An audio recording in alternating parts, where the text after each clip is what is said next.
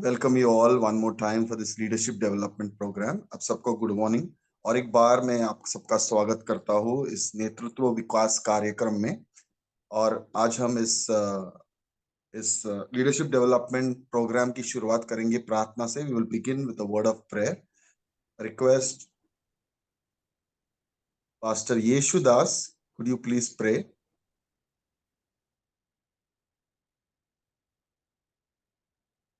Pastor Yesudas, आप हो?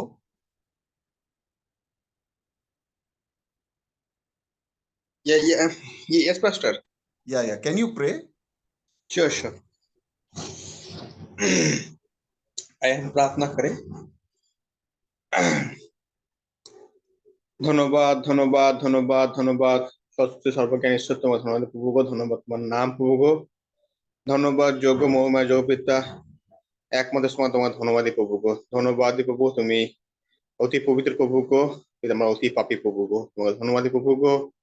প্রভু গো, তুমি পিতা আমাদের প্রভু, তুমি পিতা তোমার সকল সিংহাসন ছেড়ে তুমি আমাদের পিতা পিতা শুধুমাত্র আমাদের জন্য প্রভু গো, প্রভু গো ধন্যবাদী প্রভু গো, প্রভু ধন্যবাদ প্রভু গো। আজ নতুন দিন তুমি দেখছি প্রভু, ধন্যবাদ প্রভু গো। এই অনলাইন প্ল্যাটফর্মের মাধ্যমে প্রভু গো, জুম মিটের মাধ্যমে আমরা যে পিতা যে তুমি যে লিডারশিপ প্রভু গো, যে পিতা নেতৃত্ব দানের প্রথমে তুমি যে মিটিং তুমি পিতা দিয়েছো তোমার ধন্যবাদ প্রভু গো। আমরা যে পিতা এই মিটিং এর জায়গায় যাকে শিখো প্রভু গো, তুমি আমাদেরকে পিতা সেই মন তুমি দাও প্রভু গো, যেন আমরা শিখতে পারি প্রভু গো, এবং পিতা তোমার যে দাস মাস শেখায় প্রভু গো, তুমি তার মাধ্যমে তুমি পিতা কাজ করবে, তোমার আত্ম তুমি দান করো প্রভু গো, যে আমরা শিখে পেতে যে আমরা আমাদের যে মেস তুমি তার তুমি সাহায্য করবো গো প্রভু গো। তুমি মিটিং এর মাধ্যমে আমাদের আশীর্বাদ করো প্রভু গো।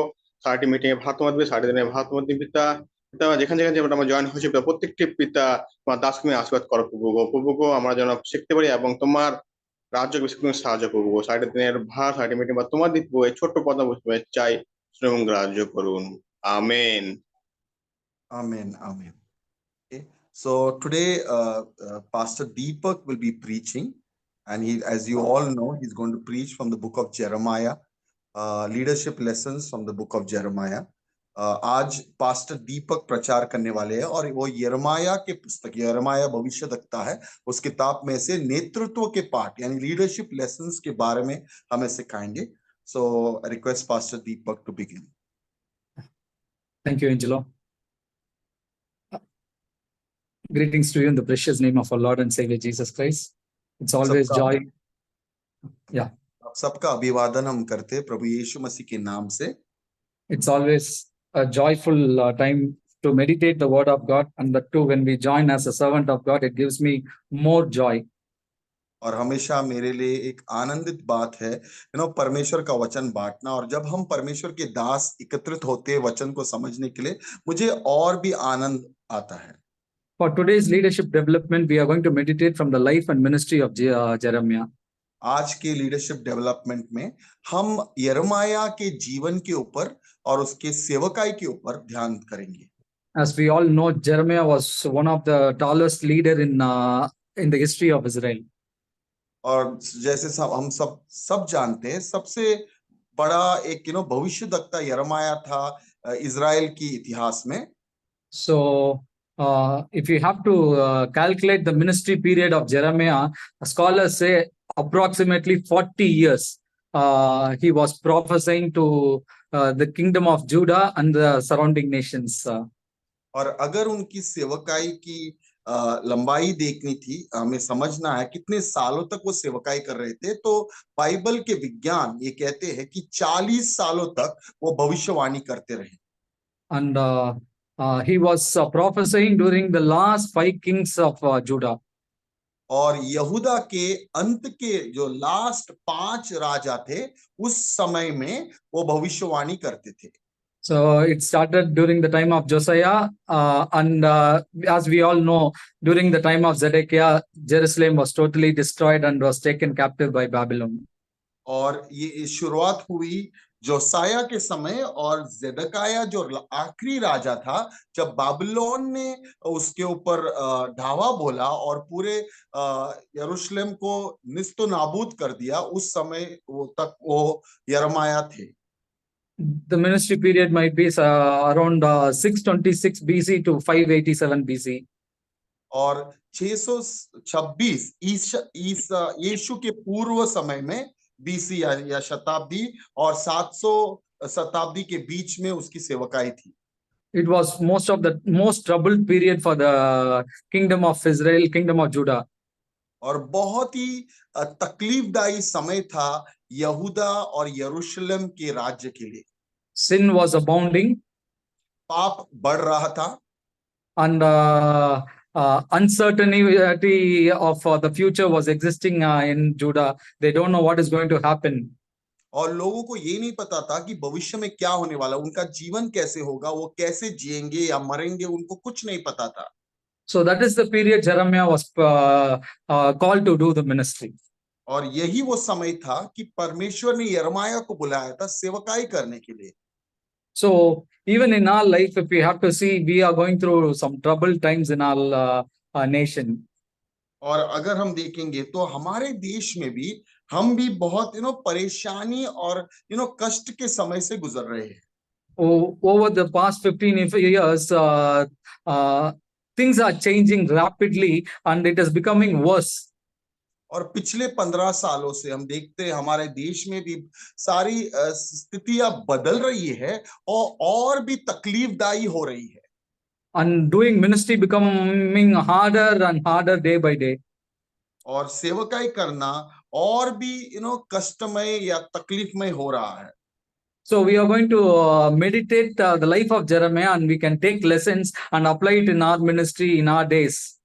तो आज हम यिर्मयाह के जीवन के ऊपर मनन करेंगे और उससे कुछ सीख पाएंगे हमारे दिनों के लिए, हमारे सेवकाई के लिए। So the life of Jeremiah is a very big thing. It even the prophecies and the life, it is comprised of 52 chapters. So we won't be able to meditate everything. और यिर्मयाह का जीवन बहुत बड़ी किताब है, बहुत लंबी किताब है और 52 अध्याय है, लेकिन हम सब कुछ मनन नहीं कर पाएंगे, कुछ उसका भाग देखेंगे आज। But what I thought, I'll take some 3 important lessons and we will meditate on those 3 lessons. लेकिन मैंने क्या सोचा, 3 महत्वपूर्ण पाठ को मैं लूंगा और उसके ऊपर आज हम मनन करेंगे, उसको हम सीखेंगे। So how Jeremiah started the ministry, the call of Jeremiah, I'll start from there. और यिर्मयाह ने सेवकाई कैसी शुरुआत की, उसकी बुलावट क्या थी, उसके ऊपर हम ध्यान करेंगे पहले। So Jeremiah chapter 1 verse 5, it says, "Before I formed you in the womb, I knew you. Before you were born, I set you apart. I appointed you as a prophet to the nations." Allah saw him, God, I said, "I do not know how to speak. I am too young." और यिर्मयाह का पहला अध्याय 5वां और 6वां वचन में हम देखते हैं उसकी शुरुआत कैसे हुई। गर्भ में रचने से पहले ही मैंने तुझ पर चित्त लगाया और उत्पन्न होने से पहले ही मैंने तेरा अभिषेक किया। मैंने तुझे जातियों का भविष्यद्वक्ता ठहराया। तब मैंने कहा, हाय प्रभु यहोवा, देख मैं तो बोलना भी नहीं जानता, क्योंकि मैं लड़का ही तो हूं। So here God is calling Jeremiah for the ministry. यहाँ पे हम देखते हैं परमेश्वर यिर्मयाह को बुला रहे सेवकाई करने के लिए। So at the very young age, God has entrusted a certain responsibility on the shoulders of Jeremiah. और एक जवानी के उम्र में परमेश्वर ने कुछ उसे एक जिम्मेदारी दी है। So he said, God, I'm too young, I won't be able to handle it. और यिर्मयाह ने परमेश्वर से कहा, परमेश्वर मैं तो एक जवान लड़का हूं, मैं ये सारी चीजें कैसे कर पाऊंगा। So that is how he started his ministry. और इस तरह से उसने अपनी सेवकाई की शुरुआत की। He don't know whether he will be able to do it. वो नहीं जानता था कि वो कर पाएंगे या नहीं। He thought it is a great responsibility that he has to carry forward. उसे ऐसा लग रहा था ये बहुत बड़ी जिम्मेदारी है जो उसे उठाना है। But God entrusted him and he told, I have called you even before you were formed in your mother's womb. Before that, I have given some responsibility that you have to accomplish. और परमेश्वर ने उसे बुलाया और उसके हाथों में ये सेवकाई सौंपी और परमेश्वर ने उसे कहा कि तुम्हें अपने माँ के गर्भ में रचने से पहले मैंने तुम्हें चुना है और ये जिम्मेदारियां मैं तुम्हें दे रहा हूं. And God said, do not be afraid. And God said, I have touched your mouth. I have put my words in your mouth. You go and preach. और परमेश्वर ने उससे कहा कि डरो मत, मैंने तुम्हारे मुख को, मैंने तुम्हारे जीभ को छू लिया है और मेरे शब्दों को मैंने तुम्हारे अंदर डाला है, जाओ और प्रचार करो, डरो मत. So that is how he started. और इस तरह से यिर्मयाह की शुरुआत हुई. And then if we have to turn the Bibles to chapter 10, verse 23, he's making a prayer to God.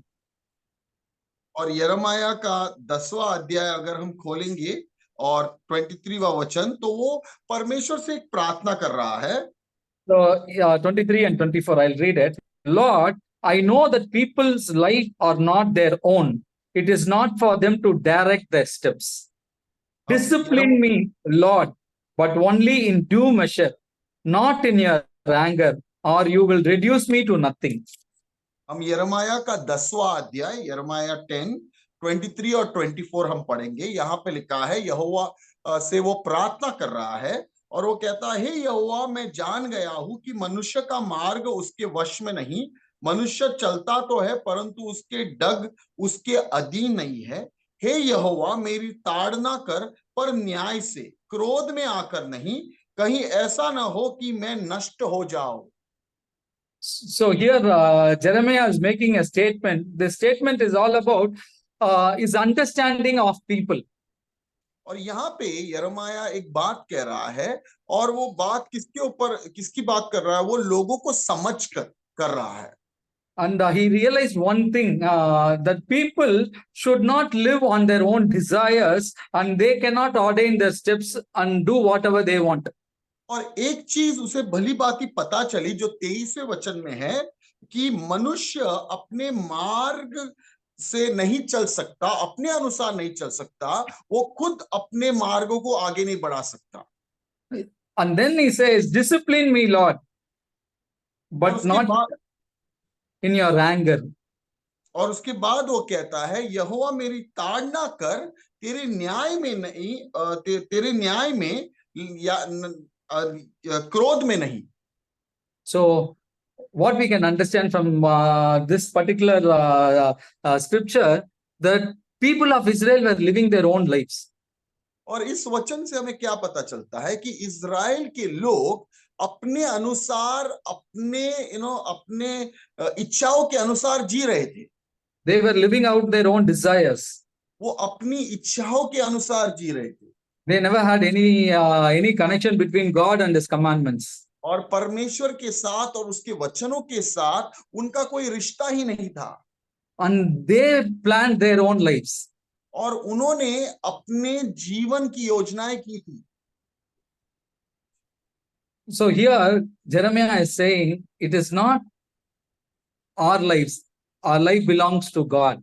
But whereas these people never realized it, but Jeremiah is realizing it. That's why he's asking, God, discipline me. I'm also like that. I'm also having weakness in my life. But you discipline me, not as a permanent punishment that will bring the wrath of God, but rather it will produce a matured character in Christ. और यहाँ पे हम देखते हैं कि सारे लोग परमेश्वर से दूर चले गए हैं और ये यिर्मयाह को पता चला है और वो अपने जीवन को भी देख रहा है और वो कह रहा है, परमेश्वर तू मुझे अनुशासित कर, मेरी ताड़ना कर, लेकिन इस रीति से नहीं आपके क्रोध में कि मैं समाप्त हो जाऊं, लेकिन आपके न्याय में, ताकि मेरा जीवन आपके अनुसार हो जाए. That is why in Jeremiah chapter 9, verse 23 and 24, he's making a statement. This is what the Lord says. He's prophesying. Let not the wise boast of their wisdom, or the strong boast of their strength, or the rich boast of their riches. But let the one who boast about this, that they have understood God, that I am Lord, who exercise kindness, justice, and righteousness on earth. For in these I delight. इसलिए यिर्मयाह 9वें अध्याय 23 और 24 वचन में यिर्मयाह कुछ कह रहा है। वहां पे लिखा है 23वें वचन में, यहोवा यो कहता है, बुद्धिमान अपनी बुद्धि पर घमंड न कर, न वीर अपनी वीरता पर, न धनी अपने धन पर घमंड कर, परंतु जो घमंड करे वह इसी बात पर घमंड करे कि वह मुझे जानता और समझता है कि मैं ही वह यहोवा हूं जो पृथ्वी पर करुणा, न्याय और धर्म के काम करता है, क्योंकि मैं इन्हीं बातों से प्रसन्न रहता हूं। So here, Jeremiah is making us a message from God. He's preaching a message from God. It says, people are boasting about their wisdom, their strength, their riches, but that is useless. But what we have to boast that we know God in a personal way. और यहाँ पे यिर्मयाह एक संदेश परमेश्वर का लोगों के सम्मुख ला रहा है, और वो कह रहा है कि लोग अपनी बुद्धिमानी के ऊपर, अपनी वीरता के ऊपर, अपने धन के ऊपर घमंड करते हैं, लेकिन एक ही बात के ऊपर आपको घमंड करना है कि आप परमेश्वर को जानते हो, उसके साथ आपका एक बहुत करीबी रिश्ता है। So in the kingdom of Judah, this is what happening. People were boasting about their wisdom, their strength, their riches, and they were happily living their own life. They never accepted the message of Jeremiah or the prophets who were ahead of them. No, they were living their own lives. और यहूदा के साम्राज्य में, यहूदा में यही हो रहा था। लोग अपने बुद्धि, धन, चीजों के ऊपर, शक्ति के ऊपर घमंड कर रहे थे, अपने अनुसार जीवन जी रहे थे, कोई किसी का भी रिश्ता परमेश्वर के साथ नहीं था। They were living their own lives. वो अपने अनुसार जी रहे थे। But whereas Jeremiah learned that this life belongs to God, it doesn't belong to me, and I have to live a disciplined life according to the expectation of God. और लेकिन यिर्मयाह ने सीखा और समझा कि ये जीवन अपना नहीं है, परमेश्वर का है, और हमें एक अनुशासित जीवन जीना है, परमेश्वर को प्रसन्न करते हुए। And then if you have to turn our Bibles to Jeremiah chapter 17, verse 5, it says, this is what the Lord said, cursed is the one who trusts in man, who draws strength from mere flesh, and whose heart turns away from the Lord. That person will be like a bush in the wasteland. They will not see prosperity when it comes. They will dwell in the parched places of the desert, in the salt land where no one lives. और यिर्मयाह के 17वें अध्याय 5वें वचन में हम पढ़ते हैं, 5वां वचन हम पढ़ेंगे।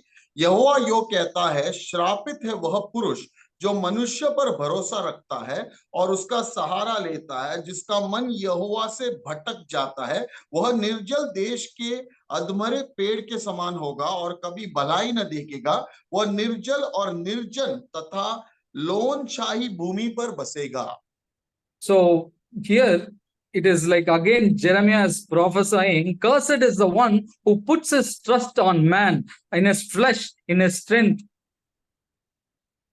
और यहाँ पे वापस यिर्मयाह भविष्यवाणी कर रहा है, श्रापित है वह पुरुष, वह मन जो मनुष्य पे भरोसा रखता है, जो अपनी ताकत पर भरोसा रखता है, अपने ऊपर भरोसा रखता है। They turn away from God. वो लोग परमेश्वर से दूर चले जाते। So in chapter 10 he is asking God, discipline me. और 10वें अध्याय वो परमेश्वर के कह रहा है कि आप मुझे सही रास्ता दिखा दो, मेरी ताड़ना करो।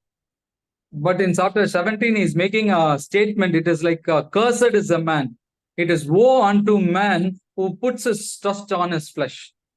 लेकिन 17वें अध्याय पे वो एक ऐसी बात कह रहा है जो बहुत महत्वपूर्ण है। वो कह रहा है, श्रापित है वो पुरुष जो अपने ऊपर, यानी अपनी खुद के ऊपर भरोसा रखता है। वो श्रापित है, हाय उसके ऊपर। So in all this scriptures, what we can understand, it's like we should not put our trust on ourselves and we should not plan our lives, but we have to live a life according to the will of God. और इन सारे वचनों से हमें क्या सीख मिलती है कि हमें अपने ऊपर भरोसा नहीं रखना है, अपने अनुसार अपने जीवन की योजनाएं नहीं करनी है, लेकिन हमें परमेश्वर के अनुसार जीना है, उसकी इच्छाओं के अनुसार अपने जीवन की योजनाएं बनानी है। So the first point is pursue God's will in your life. और पहला जो पॉइंट है कि हमें परमेश्वर के इच्छा के अनुसार आगे बढ़ना है। Jeremiah started as a young boy. He doesn't want to do it, but God made him to do it, and he understand doing the will of God is the ultimate thing. और हम देखते हैं कि यिर्मयाह एक जवान लड़का था जब उसकी शुरुआत हुई। वो नहीं चाहता था कि वो सेवकाई करे, लेकिन परमेश्वर ने जब उसे कहा तो वो परमेश्वर की इच्छा का पालन करने के लिए आगे बढ़ा। He don't want to do ministry, वो सेवकाई नहीं करना चाहता था, but God made him to do ministry. लेकिन परमेश्वर ने उसे लगाया सेवकाई करने के लिए। And then I don't know, as a young boy, he would have had a desire to get married, settle down in life, and God said, "Do not marry." और एक जवान होने के नाते उसकी इच्छा होगी कि वो शादी करे और अपने जीवन को सही रीति से बनाए, लेकिन परमेश्वर ने उसे कहा कि तुम्हें शादी विवाह नहीं करना है। And Jeremiah has to obey to the will of God. और यिर्मयाह को परमेश्वर की आज्ञाओं का पालन करना पड़ा। Even in our lives, God हमारे has already have a plan for us. परमेश्वर की योजना हम सबके लिए है। We need to find out what is the plan and purpose of our life, and we have to move ahead. और हमें भी खोजना है कि हमारे जीवन के लिए परमेश्वर की क्या योजना और उद्देश्य है, और उसी में हमें आगे बढ़ना है। So from a young boy, he did ministry for 40 years. In all those 40 years, he was trying to understand the perfect will of God, and he want to obey to God's will.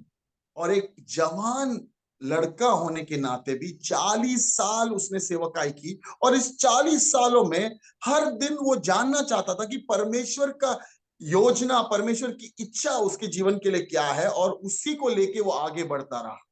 So even in our ministry, over a period of time, when we do something on a regular basis, I tell you, we cultivate an attitude of confidence.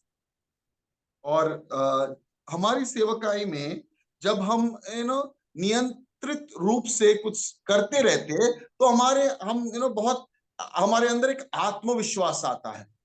So it becomes a routine, and we do certain things according to the ritualistic way.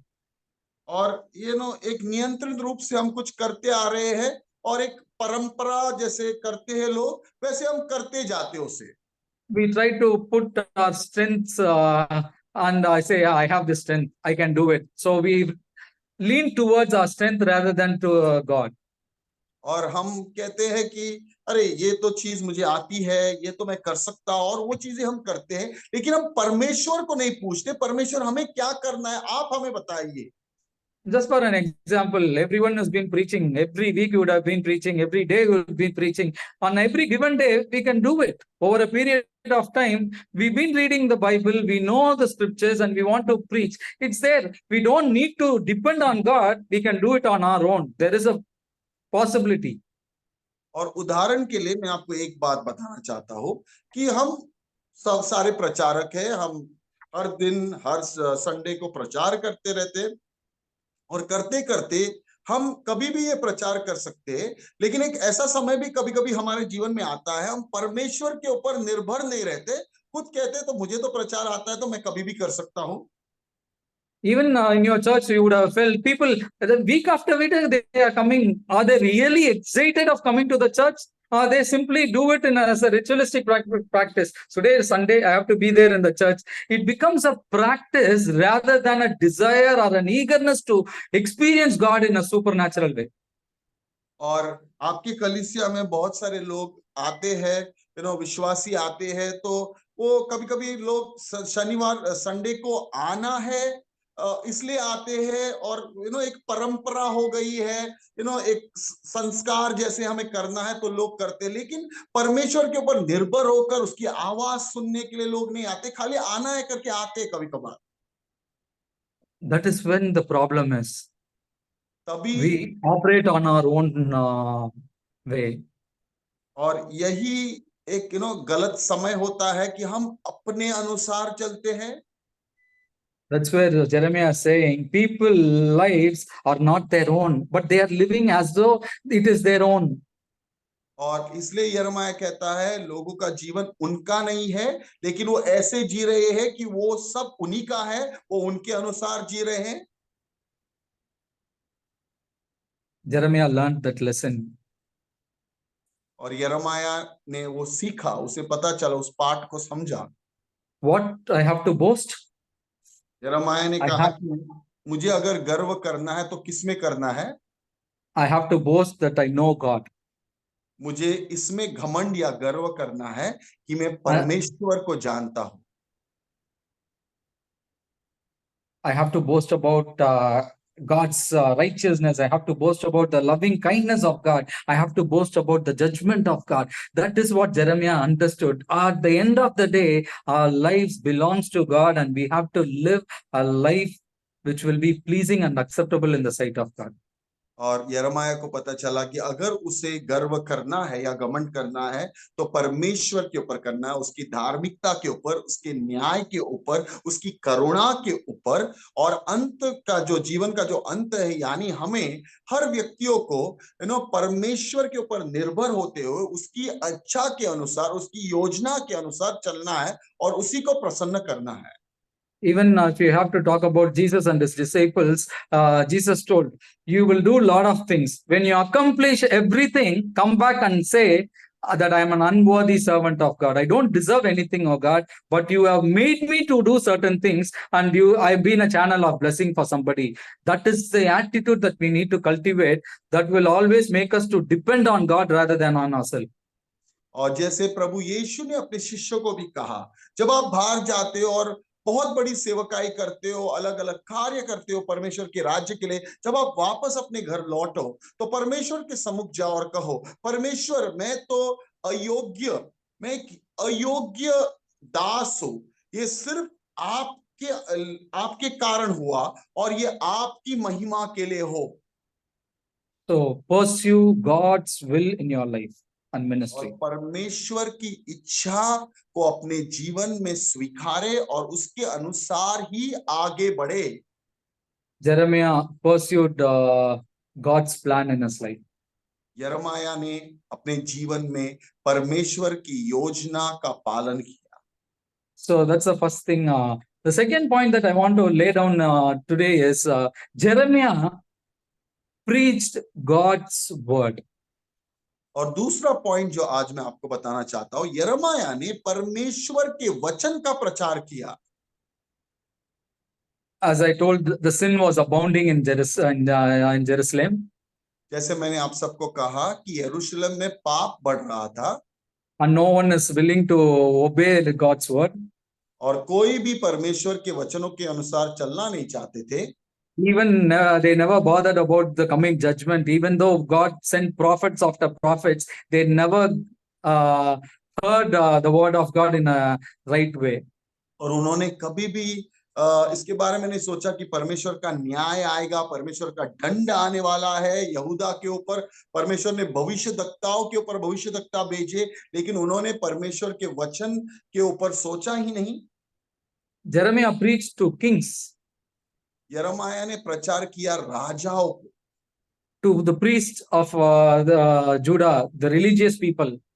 और जो धार्मिक लोग थे या याजक थे या महायाजक थे, उनके सम्मुख उसने प्रचार किया। To the kingdom officials, all the leaders of the kingdom of Judah. और जो राजकीय शासक थे यानी अधिकारी थे, यहूदा के राजकीय अधिकारी, उनके लिए प्रचार किया। To the people of Judah. और यहूदा के लोगों को, सामान्य लोगों को प्रचार किया। So I thought I'll take one scriptures from for all those things, and we will meditate on that. Jeremiah chapter 2 verse 13. He was preaching to the people of Judah. My people have committed two sins. They have forsaken me, the spring of living water, and have dug their own cisterns, broken cisterns that cannot hold water. और हम कुछ वचनों को देखेंगे, जैसे यिर्मयाह इन लोगों के बारे में क्या कहता है। पहला वचन यिर्मयाह का 2 अध्याय 13वां वचन, यिर्मयाह 2:13, क्योंकि मेरी प्रजा ने दो बुराइयां की है, उन्होंने मुझ बहते जल के सोते को त्याग दिया है और उन्होंने होद बना लिए, वरन ऐसे होद जो टूट गए और जिनमें जल नहीं रह सकता। So this is the preaching Jeremiah is doing in the streets of Jerusalem. और यरूशलेम के कोने कोने में इस तरह का प्रचार यिर्मयाह कर रहा है। And Jeremiah is speaking that there are two sins against you. और यिर्मयाह कह रहा है कि परमेश्वर आपको देख रहे तो देख रहे कि आप दो तरह का पाप कर रहे हो। The first one is the people have really forsaken God. और वो कह रहा है कि लोगों ने परमेश्वर को त्याग दिया है। And the second one is they have turned towards idols. और उसके बाद वो कहता है वो मूर्ति पूजक बन गए हैं। So they turned they turned away from God towards their idols. और वो परमेश्वर से दूर चले गए और मूर्ति पूजा करने लगे।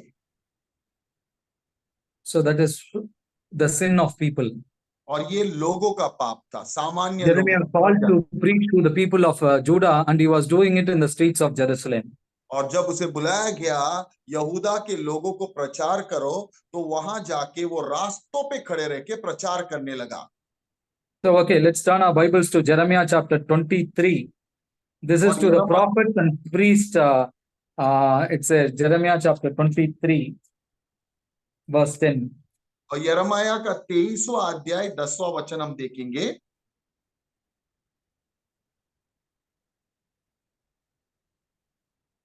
यिर्मयाह 23:10, यिर्मयाह का 23वां अध्याय 10वां वचन हम पढ़ेंगे। The land is full of adulteress. Because of the curse, the land lies parched, and the pastures in the wilderness are withered. The prophets allow an evil course and use their power unjustly. Both prophets and priests are godless. Even in my temple, I find their wickedness, declares the Lord. Verse 10 and 11. 10वां और 11वां वचन 23वां अध्याय हम From पढ़ेंगे। 9 onwards we can read. Okay, 9वें वचन से पढ़ेंगे, 9 से लेकर 11 तक 23वां अध्याय यिर्मयाह।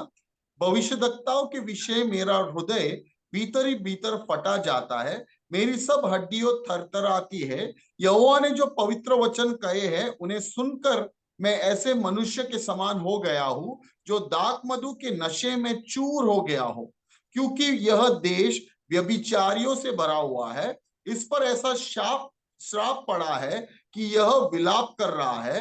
वन की चराइयां भी सूख गई और लोग बड़ी दौड़ तो दौड़ते हैं, परंतु बुराई ही की ओर, और वीरता तो करते हैं परंतु अन्याय ही के साथ, क्योंकि भविष्यद्वक्ता और याजक दोनों भक्तिहीन हो गए हैं। अपने भवन में भी मैंने उनकी बुराई पाई है, यहोवा की यही वाणी है।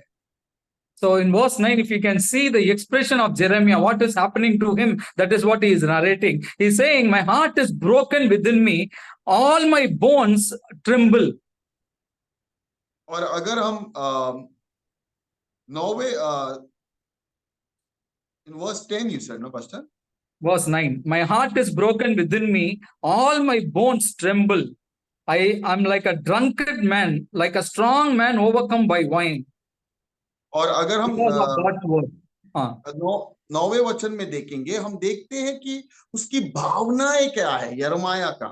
वो कह रहा है मेरे भीतर मेरा हृदय फटा जा रहा है, मेरी सब हड्डियां थरथरा रही है।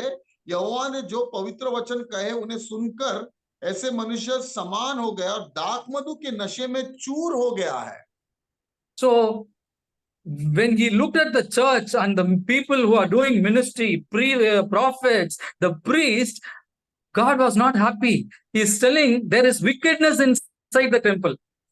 और जब उसने परमेश्वर के मंदिर को देखा और लोगों को देखा, उसने कहा कि लोगों के बीच में ही नहीं, मंदिर में पाप और बुराई बढ़ रही है।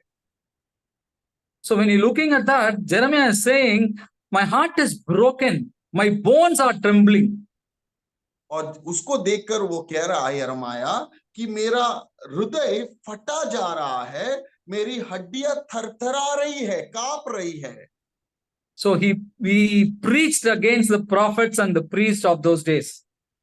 और उसने उस समय के याजकों के और भविष्यद्वक्ताओं के सम्मुख रहकर उनको उसने प्रचार किया। So the land is filled with adulteress. और उस धरती में व्यभिचार लोग हैं। So the religious people, they are living an evil life, and they are doing evil inside the temple. और जो धार्मिक लोग हैं, जो मंदिर में है, जैसे याजक भविष्यद्वक्ता है, वो बुराई और पाप में जी रहे, और मंदिर में भी बुराई और पाप बढ़ रहा है। In Jeremiah chapter 29, we can see the judgment on the false prophets. It's mentioned in Jeremiah 29. If you see, a false prophet have been judged there. Zedekiah and Ahab, two false prophets, have been judged because of the disgraceful things which is happening in Israel. और अगर हम Verse 23, if we have to see, verse 23, it says, "For they have done outrageous things in Israel. They have committed adultery with their neighbor's wife, and in my name they have uttered lies, which I did not authorize. I know it, and I am witness to it, declares the Lord." which was first? Could you repeat, sir? Verse 23, Okay. 22, 23. यिर्मयाह 29 verse 22 और 23 में हम देखते हैं कि परमेश्वर का दंड या परमेश्वर का न्याय भविष्यद्वक्ता और याजकों के ऊपर आ रहा है, क्योंकि वो लोगों ने वो एक शर्मनाक कार्य कर रहे हैं। और 23 और 24 हम पढ़ेंगे, क्योंकि उन्होंने इजरायलियों में मूढ़ता के काम किए, अर्थात अपने पड़ोसियों की स्त्रियों के साथ व्यभिचार किया, और बिना मेरी आज्ञा पाए मेरे नाम से झूठे वचन कहे। इसका जानलेवा और गवाह मैं आप ही हूं, यहोवा की यह वाणी है। So here God is highlighting what has happened in the past and what is going to happen. In the past, two false prophets have been killed, they've been judged, and he said, you people are doing the same, and I'm going to pass. यहाँ पे परमेश्वर प्रकाश डाल रहा है और बता रहा है कि क्या पाप हो रहा है, कैसे भविष्यद्वक्ताओं को मारा, वो मर गए हैं और क्या हुआ है। और वो कहता है कि तुम भी मेरी आज्ञाओं का पालन नहीं कर रहे हो, तुम व्यभिचारी बन गए हो, और ये इसका जानलेवा गवाह परमेश्वर खुद है। And in verse chapter 17, from 19 onwards, we can see God is asking Jeremiah to go and stand in the gates where the king will go in and come out. Preach to the king. Now God is asking to preach to the king in chapter 17, verse 19. और If you read 19 to 27, you can see God is asking Jeremiah to preach to the kings of Judah. और अगर हम यिर्मयाह का 17वां अध्याय 19 से आगे पढ़ेंगे, हम देखते हैं कि परमेश्वर यिर्मयाह को कह रहा है, जाके राजाओं को प्रचार करो और सदर फटाक में खड़ा होकर प्रचार करो। वो राजाओं के सम्मुख जाने के लिए यिर्मयाह को कह रहे हैं। Okay. In verse 25, then kings who sit on David's thrones will come through the gates of the city with their officials. They and their officials will come riding in chariots and on horse, accompanied by the men of Judah, those living in Jerusalem, and this city will be inhabited forever. So there you go and preach to the officials, the kings who's riding their chariots. Preach to them that this nation is going to be passed on to Babylon. और यिर्मयाह के 17वें अध्याय 25वें वचन में हम देखते हैं, तब तो दाऊद की गद्दी पर विराजमान राजा, रथों और घोड़ों पर चढ़े हुए हाकिम और यहूदा के लोग और यरूशलेम के निवासी इस नगर के फाटकों से होकर प्रवेश किया करेंगे, और यह नगर सर्वदा बसा रहेगा। तो यहाँ पे हम देखते हैं कि परमेश्वर यिर्मयाह को कह रहा है कि राजाओं को, हाकिमों को, अधिकारियों को जाके प्रचार करो। So God asked Jeremiah to preach to every group of people. तो परमेश्वर ने यिर्मयाह से कहा कि हर जाति और हर व्यक्तियों को जाके प्रचार करो। For everyone, Jeremiah pointed out their mistakes, their sin, their evil ways, and he asked them to repent. और हर लोगों के सम्मुख जाकर, वो राजा होए या अधिकारी होए या सामान्य प्रजा या धार्मिक याजक क्यों ना होए, उन्होंने जाकर उनको कहा कि ये तुम्हारे पाप है, ये तुम्हारी बुराई है और तुम्हें पश्चाताप करना है, तुम्हें मन फिराना है। So people of God, God has entrusted people in our lives. और परमेश्वर के लोगों, परमेश्वर ने हमारे हाथों में लोगों को सौंपा है। And if we are called to preach certain things, we need to preach with boldness. और अगर हमें बुलाया है इस तरह के प्रचार को करने को, परमेश्वर ने आपके दिल में डाला है, तो बिना डरे हुए हमें खड़े रहकर, स्थिर खड़े रहकर इन प्रचार को करना है। Jeremiah preached to the prophets, to the priests, to the religious people, to the kings of Judah, to the lay people of Judah, and he pointed out the mistakes, their evil ways, and he was bold enough to do so. He never feared anything. और यिर्मयाह ने प्रचार किया, राजाओं के सम्मुख राजाओं को प्रचार किया। यिर्मयाह ने याजक, मंदिर के याजकों को, भविष्यद्वक्ताओं को और सामान्य प्रजा तक को उसने प्रचार किया। वो कभी भी डरा नहीं, वो स्थिर और दृढ़ खड़ा रहकर परमेश्वर के वचनों को जाके उसने बोला और उसने कहा, यही तुम्हारे पाप है और तुम्हें पश्चाताप करना है, मन फिराना है। People turned away from God, and Jeremiah was preaching, turn towards God. और लोग परमेश्वर से दूर चले गए, लेकिन यिर्मयाह प्रचार कर रहा है, तुम्हें परमेश्वर के पास आना है। They were holding on to their own gods, their own idols, and their own way of life. And Jeremiah is asking, turn from that, turn to the living God. और सारे लोग यहूदा के बड़े से लेकर छोटे तक वो अपने अनुसार जी रहे थे, अपनी मूर्तियों के ऊपर विश्वास कर रहे थे, अपने भगवानों के ऊपर विश्वास कर रहे थे, वो अपने अनुसार जीवन जी रहे थे। और यिर्मयाह कह रहा है, उन सारी चीजों को त्याग कर आपको वापस परमेश्वर, इजराइल के परमेश्वर के पास आना है। Even in all nations, in our places, we can see an excess of adultery, stealing, robbing, people lying to each other, cheating each other. Idolatry is at the peak. Even the spiritual people, they are complacent and they are not fully committed to follow Christ. This is how today's world is going, and we are called to preach to these people. और आज भी हमारे देश में हम देखते हैं, लोग व्यभिचारी लोग हैं, चोरियां होती है, लोग लोगों को एक दूसरे को फंसा रहे हैं, बुराई बढ़ रही है, और जो धार्मिक लोग तक है वो अपने जीवन में संतुष्ट है, अपने अनुसार जी रहे हैं वो लेकिन हमें बुलाया गया है इन लोगों के सम्मुख खड़े रहकर उन्हें कहने के लिए कि क्या बुराइयां है, क्या पाप है, और उन्हें हमें बुलाना है, परमेश्वर के करीब लाना है।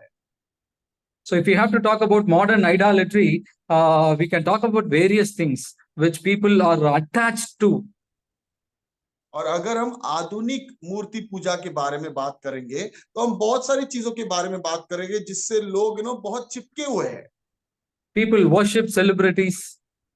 और लोग जो फिल्मी लोग हैं उनकी आराधना करते हैं। Movie stars, जो फिल्म के लोग हैं उनकी आराधना करते हैं। pop singers, sports personalities, even people are attached towards political parties or Hindutva agendas. Different groups have different approach, and people are into it, and they want to give it out, and they want to live and express their love and desire for the world. और सारी दुनिया इस तरह के लोग, जो बड़े बड़े लोग हैं, फिल्म के कलाकार है, खिलाड़ी है, अलग अलग लोग हैं, वो या तो सरकार होने दो, या कोई मंत्री होने दो, या कोई हिंदुत्व का एजेंडा क्यों ना होने दो, या कोई भी ऐसा एजेंडा क्यों ना होने दो, उनकी तरफ उनकी भावनाएं है, उनकी तरफ उनकी भक्ति है, और वो उनको अपना भगवान मान लेते हैं और परमेश्वर से दूर चले जाते हैं। So I'm not against sports or sports personalities, but the thing is, when we are over attached to someone, even that can rob the place of God, and it can be an idol worship in our lives, even in the lives of the believers.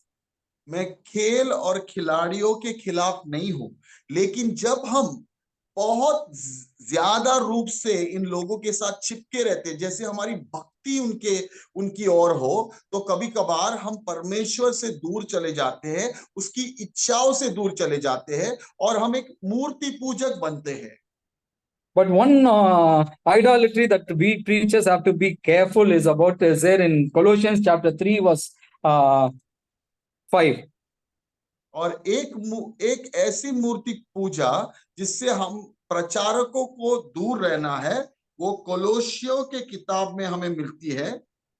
It says, chapter pastor chapter 3 verse 5. Chapter 3 verse 5. कोलोसियों का 3 अध्याय 5वां वचन.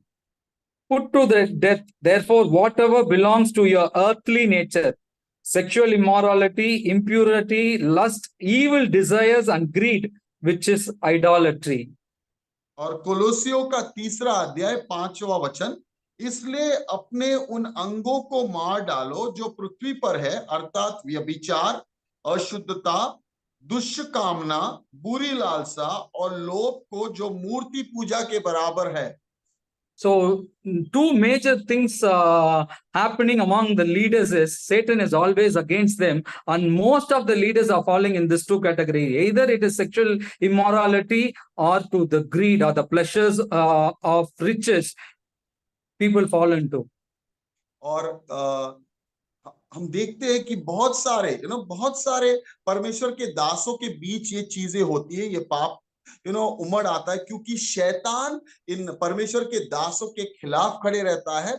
और बहुत सारे लोगों के बीच में हमने ये पाप देखा है कि व्यभिचार और लालसा या लोभ, धन का लोभ, पैसों का लोभ परमेश्वर के दासों में आता है, क्योंकि शैतान उन्हें फंसाने की कोशिश करता है और वो लोग इस रास्ते पे चले जाते हैं. Great leaders who have been doing great ministry has fallen suddenly. और महान परमेश्वर के दास जो महान सेवकाई कर रहे थे, अचानक से गिर पड़े. Lust of the flesh, the evil desires, the sexual desires sometimes can take us away from God. और हमारे शारीरिक लालसाएं, जो व्यभिचार की लालसाएं हमें परमेश्वर से दूर ले जाती है.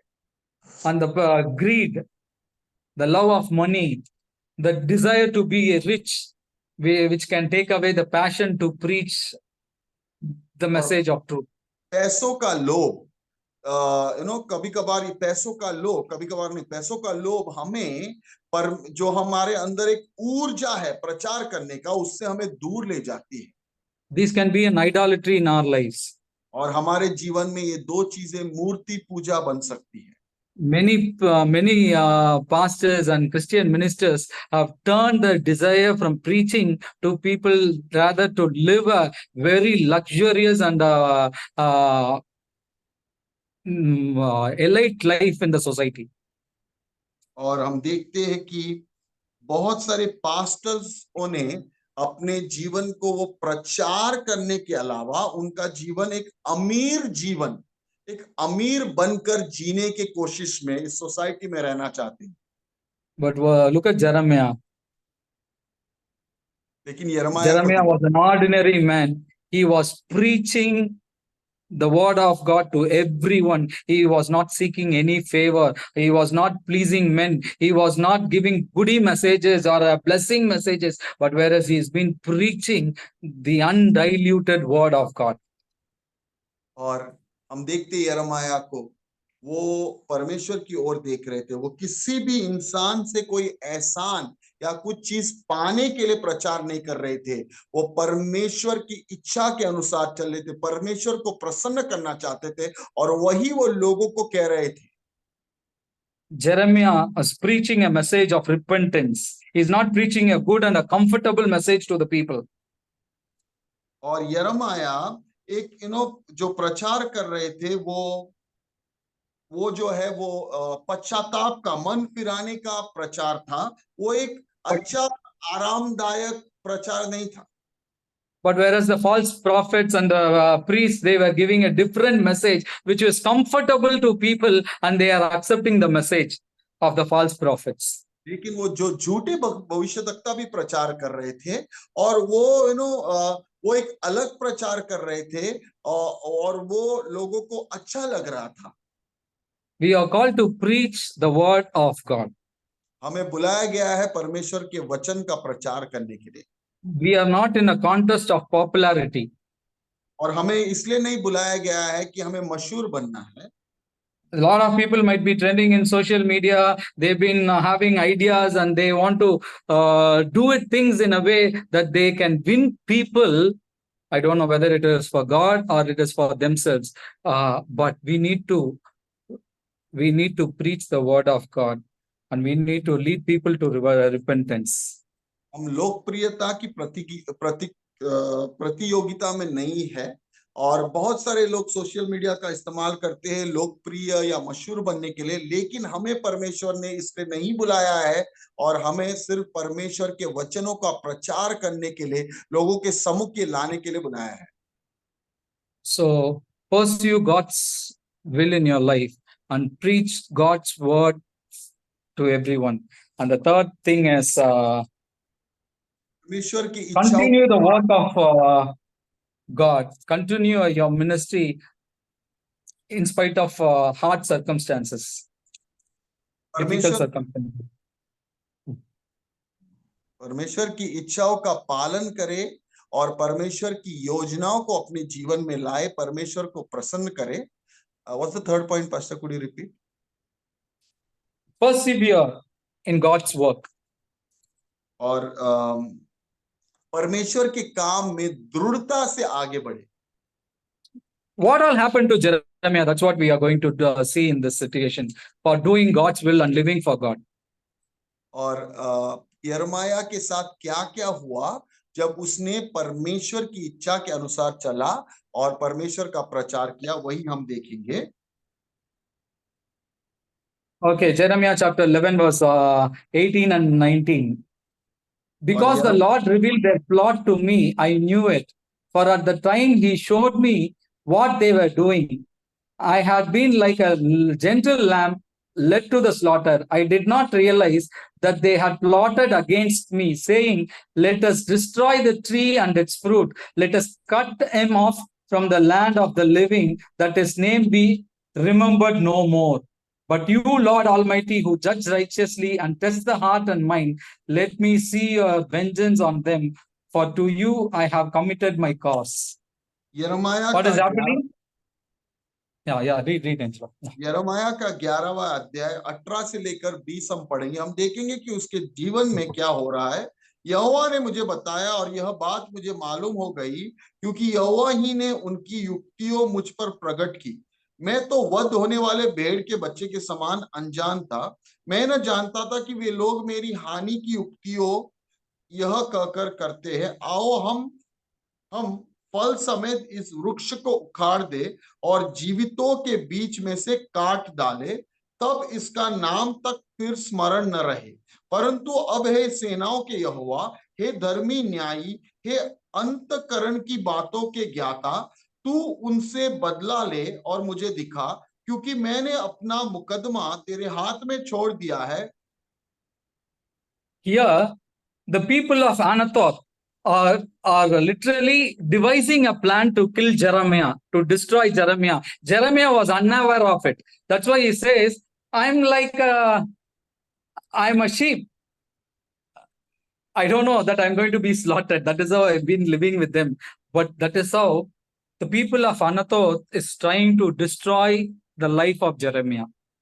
और यहाँ पे हम देखते हैं अनातोत के जो प्रजा है वो यिर्मयाह के खिलाफ खड़ी है, और वो उसे मार डालना चाहती है। इसलिए वो कह रहा है, मैं तो वध होने वाले भेड़ के समान हूँ।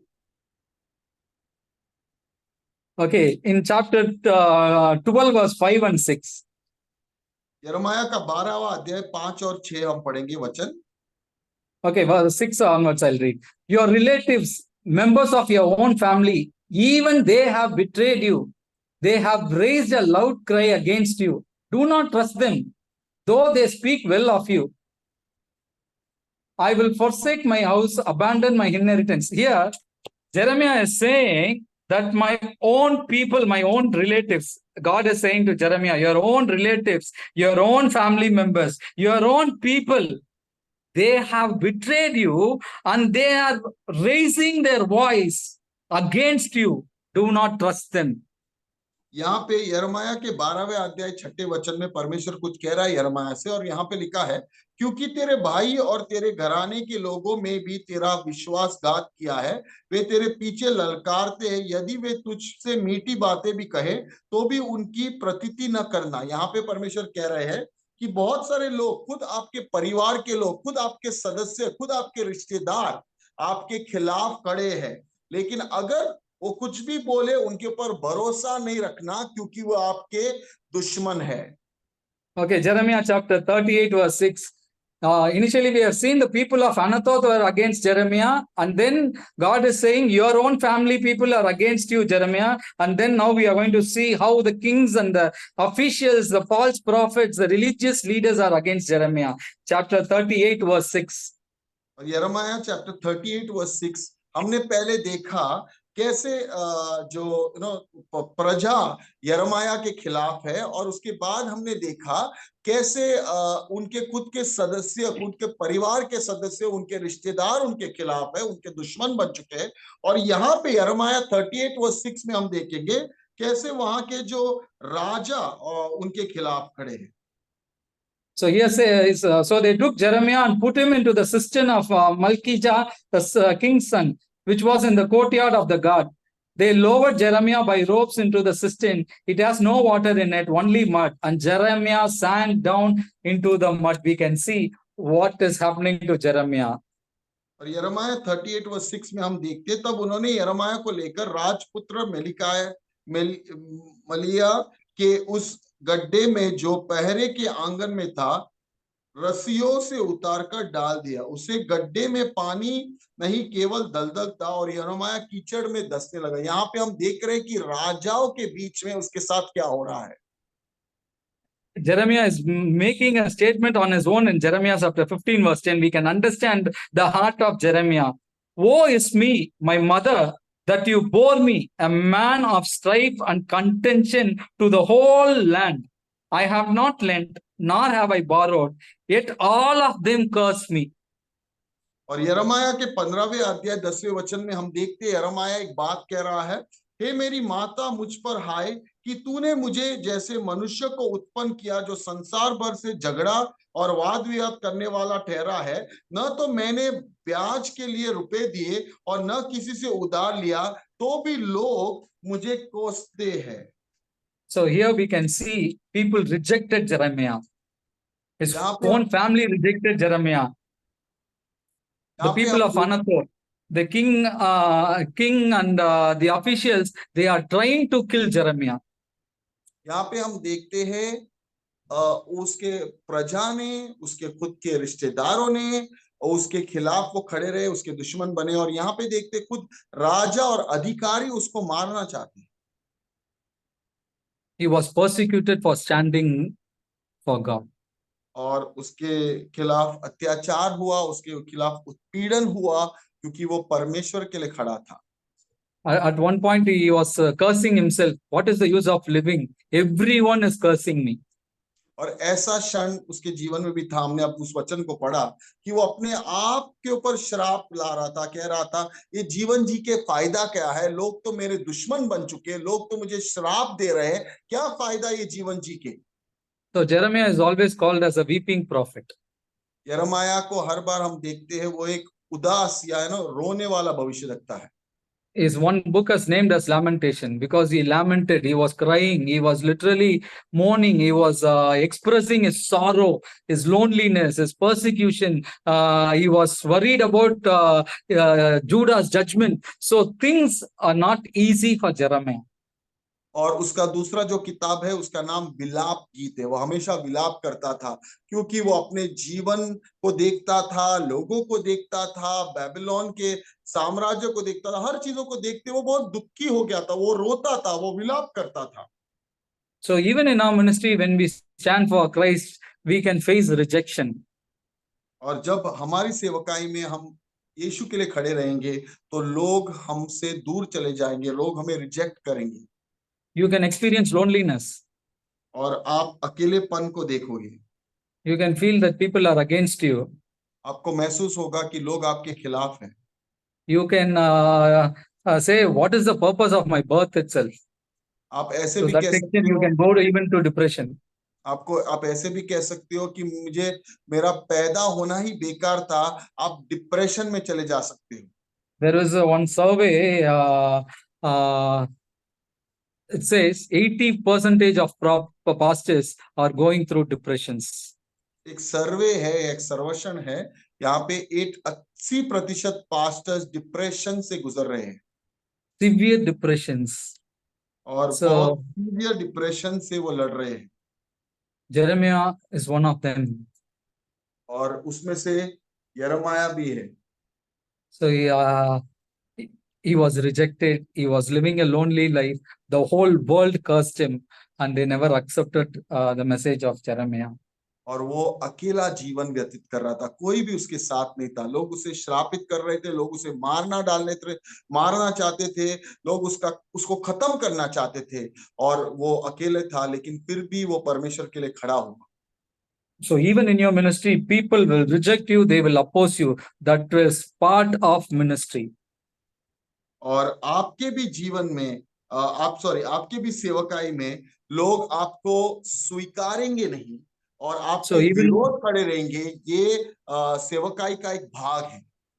So even when Jesus sent the disciples, he told, if anyone is not accepting you, if they reject you, what you have to do? Wipe the dust off your feet and move on. और प्रभु यीशु ने जब अपने शिष्यों को भेजा, उसने कहा अगर कोई आपको न स्वीकार करे तो आपको क्या करना है? उस घर के धूल को आपके पैरों से झाड़ना है और आगे बढ़ना है। What it means, do not take any blessing from them. You move on. You have given the message, they never accepted it. You move on. इसका मतलब क्या है? धूल झाड़ना यानी क्या? यानी उस घर से आपको कुछ भी नहीं ले जाना है, कुछ भी आशीषों को नहीं ले जाना है। आपने प्रचार किया, उन्होंने स्वीकारा नहीं, आपको आगे बढ़ना है। They have rejected you. There will be a time they might even oppose you. उन लोगों ने आपको अस्वीकार किया है और वो एक ऐसे क्षण भी आएगा, वो आपके विरोध में खड़े रहेंगे, आपके दुश्मन बनेंगे। But in that incident itself, in chapter 38, we can see one name, Ebed-Melech. If you read chapter 38, verse 7 to 14, we can see a man called Ebed-Melech. और इन सारी स्थितियों के बीच में हम एक व्यक्ति को देखते हैं, एबेद-मेलेक। यिर्मयाह का 38वां अध्याय 7 से लेकर 14 को पढ़ेंगे। एक नाम आता है एबेद-मेलेक। Verse 7 I'll read. But Ebed-Melech, a Cushite, an official in the royal palace, heard that they had put Jeremiah into the cistern while the king was sitting in the Benjamin gate. Ebed-Melech went out to the palace and said to him, my lord the king, these men have acted wickedly in all they had done to Jeremiah the prophet.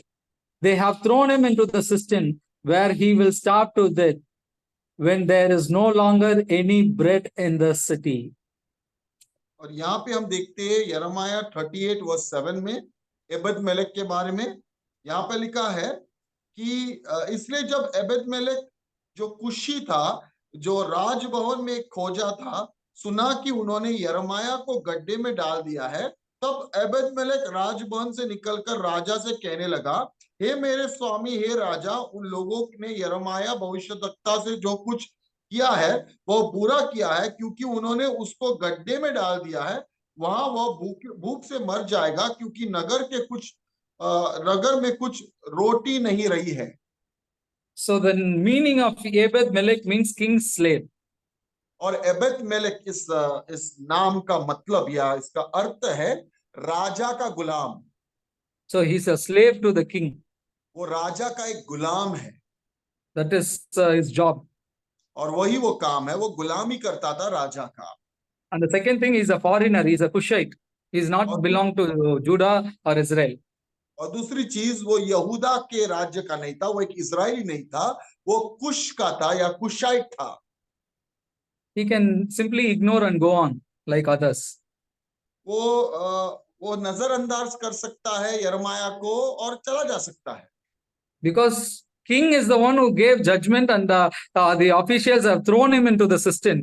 But whereas this guy, and speaking to the king, these people have done wickedly, evil way, they have passed the judgment of Jeremiah. Jeremiah might die. That is not right in the sight of God. This guy is able to speak in favor of Jeremiah.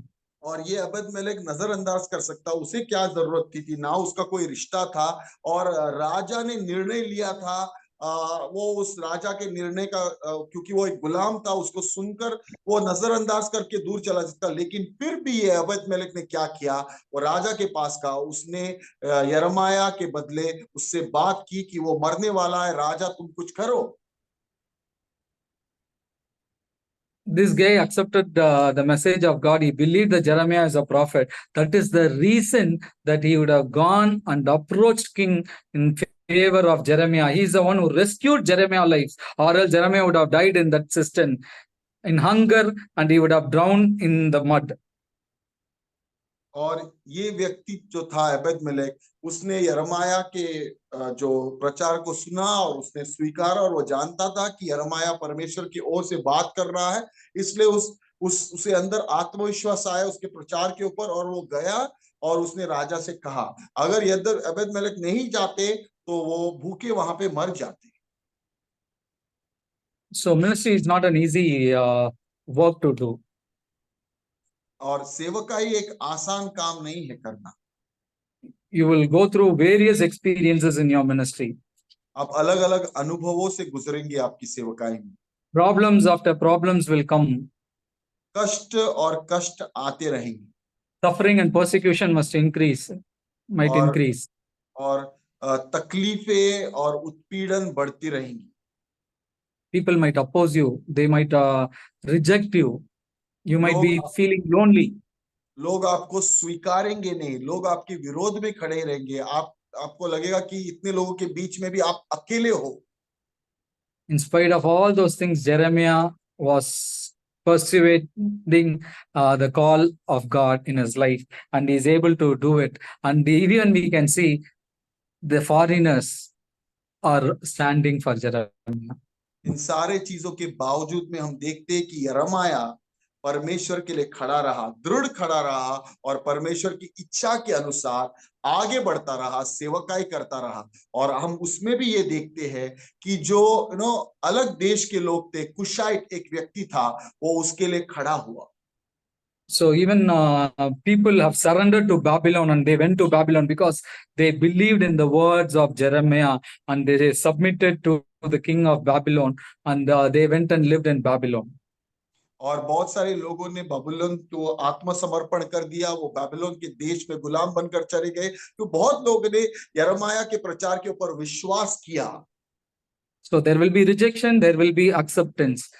So two things are very common in ministry. People will reject you and oppose you. At the same time, people will accept you, and they will be your family. और They will support सेवकाई you. में क्या होगा, लोग आपको कभी-कभी स्वीकार करेंगे और कभी-कभी अस्वीकार करेंगे। सेवकाई में दो चीजें तो जरूर होंगी, लोग आपको अस्वीकार करेंगे और लोग आपके विरोध में खड़े रहेंगे, लेकिन फिर भी आपको सेवकाई करनी है। If they reject you and oppose you, wipe your dust off and move on. And if they accept you and they support you, build on a relationship and establish in the kingdom of God through those people. और अगर वो आपको स्वीकार करे और आपको स्वीकार करे, तो आपको उनके साथ एक रिश्ता बांधना है, परमेश्वर की सेवकाई बढ़ानी है। अगर वो आपको अस्वीकार करे तो आपको अपने पैरों के धूल को छिड़कना है और आगे बढ़ना है। I like to conclude with this scripture of Jeremiah, okay, which is in Jeremiah chapter 12. Jeremiah was going through a tough time. He was literally asking God, he was complaining to God, he was asking questions to God, and God gave an answer. Okay, that is what we are going to read in chapter 12, verse 5, and we will conclude it. और यिर्मयाह के 12वां अध्याय 5वें वचन को पढ़ते हुए हम इस प्रचार को समाप्त करेंगे। If you have raced with men on foot and they have worn you out, how can you compete with horses? If you stumble in safe country, how will you manage in the thickets by the Jordan? यहाँ पे लिखा है यिर्मयाह का 12वां अध्याय 5वां वचन, यिर्मयाह 12:5, तू जो प्यादों ही के संग दौड़कर थक गया है तो घोड़ों के संग कैसे बराबरी कर सकेगा? और यद्यपि तू शांति के इस देश में निडर है, परंतु यरदन के आसपास के घने जंगल में तू क्या करेगा? So what God is asking, you are running a race with men, and even when you run with men, if you are worn out, how will you compete with the horses? God is asking us, we are called to compete with horses. और यहाँ पे परमेश्वर यिर्मयाह को कह रहा है कि और हम सबको कह रहा है कि हम अगर मनुष्य के साथ दौड़ रहे और थक गए हैं, लेकिन परमेश्वर ने हमें बुलाया है घोड़ों के साथ दौड़ने के लिए, तो अगर इसमें ही थक गए तो उनके साथ कैसे दौड़ेंगे? So you and I are called to compete with horses. तो हमें बुलाया गया है घोड़ों के साथ बराबरी करने के लिए। If we look unto people and if we are worn out, whether in our lives or in our ministry, how can we compete with horses? अगर हम लोगों को देखेंगे और थक जाएंगे और दूर चले जाएंगे तो हम घोड़ों के साथ बराबरी कैसे कर पाएंगे? यही परमेश्वर हमसे पूछ रहे हैं। Jeremiah understood that and is able to compete with horses. He was a lone man, but he was standing with God and he is able to accomplish the plan of God in his life. यिर्मयाह को पता चला, परमेश्वर के योजना पता चली, उसका उद्देश्य पता चला और वो अकेला था, लेकिन फिर भी वो परमेश्वर के अनुसार खड़ा हुआ। So people of God, our times are very uncertain. और परमेश्वर के लोगों, हमारा जो जीवन है, हम नहीं जानते कि कल क्या होने वाला है। I don't know what is going to happen for Christianity in India, but the days ahead might be uncertain. But the God whom we know is always there on our side, and we are called to pursue His will. और हम नहीं जानते कि भारत देश में Christianity का क्या होने वाला है, हम नहीं जानते कि आगे क्या होने वाला है, लेकिन परमेश्वर जो है, वो जिसने हमें बुलाया है, वो जरूर अपनी इच्छाओं को, अपनी योजनाओं को हमारे जरिए पूरा करेंगे। We are called to preach God's word. हमें बुलाया गया है परमेश्वर के वचन को प्रचार करने के लिए। We need to persevere in our ministry. हमें अपने सेवकाई में दृढ़ खड़े रह के आगे बढ़ना है। Jeremiah did it. He pursued God's will in his life. यिर्मयाह ने किया, उसने परमेश्वर की आज्ञाओं का पालन किया, उसकी इच्छा के अनुसार वो चला। Jeremiah preached undiluted word to the people, to the priests, to the prophets, to the kings, to the officials, to everyone God has sent him. He preached the word of God. और यिर्मयाह ने बिना compromise किए परमेश्वर के वचन को प्रचार किया। उसने सामान्य लोगों को, भविष्यद्वक्ताओं को, याजकों को, राजाओं को और अधिकारियों को प्रचार किया। Jeremiah persevered in God's work, God's ministry. Situations is like a roller coaster. In all these things, he was fulfilling the ministry that God has called him. और यिर्मयाह ने परमेश्वर की सेवकाई में वो दृढ़ खड़े रह के आगे बढ़ा। स्थितियां ऊपर नीचे थी, डोलमोल थी, लेकिन फिर भी वो परमेश्वर के वचन में खड़ा रहा और उनकी इच्छाओं के अनुसार प्रचार करता रहा। Let us compete with the horses. हमें घोड़ों के साथ बराबरी करनी है। We'll pray, Angelo. Pray and close. हम प्रार्थना करेंगे। परमेश्वर पिता, हम आपको धन्यवाद करते हैं इस वचन के। एक ऐसा वचन है जो कभी कभार हमें चूकता है, कभी कभार जब हम सुनते हैं तो हम डर जाते हैं, लेकिन एक ऐसा भी भाग हमने देखा है कि परमेश्वर यिर्मयाह के साथ था और वही परमेश्वर हमारा पिता है। हमारे इस भारत देश में आज हम देखते हैं बुराइयां बढ़ रही है और सरकार के अनुसार बहुत सारी और उत्पीड़न और अत्याचार हो रहा है, लेकिन हम विश्वास करते हैं जिस परमेश्वर ने यिर्मयाह को बुलाया है उसी परमेश्वर ने हमें भी बुलाया है। जब हम हमारी माँ के कोख में गर्भ में थे उसी समय से परमेश्वर ने हम सबों को चुना है, और अगर उस परमेश्वर ने हमें चुना है वो ही हमें दृढ़ करेगा, वो ही हमें ताकत देगा, वो ही हमें अभिषेकित करेगा, और वो ही हमें प्रचार करने के लिए इन कष्ट और तकलीफों के बीच में, इस बुराई के बीच में, हम नहीं जानते कि क्या होगा, उसके बीच में खड़ा करेगा और हम प्रचार करेंगे। और भारत देश उस परमेश्वर को जानेगा, उस परमेश्वर के सामने घुटने टेकेगा, उस परमेश्वर की आराधना करेगा और उस परमेश्वर की वाहवाही करेगा। लोग आज मूर्ति पूजा और अलग अलग परमेश्वरों के बीच में और उनके पीछे पड़े हैं, लेकिन हमें बुलाया गया है घोड़ों के साथ बराबरी करने के लिए, और हम उस परमेश्वर के प्रचार को खड़े करेंगे। अगर हम थके हुए हैं, हम मांगते परमेश्वर आप हमें इस अकेलेपन से निकाले, आप हम जान ले कि आप हमारे साथ खड़े हो, आप हमें अपने उपस्थिति से भरिए ताकि हम घोड़ों के साथ बराबरी करें और राजाओं के सम्मुख होकर, प्रजाओं के सम्मुख होकर, अधिकारियों के सम्मुख होकर, धार्मिक लोगों के सम्मुख होकर जाके प्रचार करें और सेवकाई को आपके अनुसार आगे बढ़े। हम ये प्रभु यीशु मसीह के नाम से प्रार्थना करते हैं, आमीन। Thank you, pastors. Thank you for joining. Thank you, thank you, thank you. Thank you, Pastor. Thank you, Pastor Deepak. And thank you, Thank you, Pastor. Pastor. Thank you. Pastor. Thank you, Pastor. Thank you. Thank you, Thank you, Pastor. Thank you, sir. Thank you. Thank you. Praise the Lord, Pastor.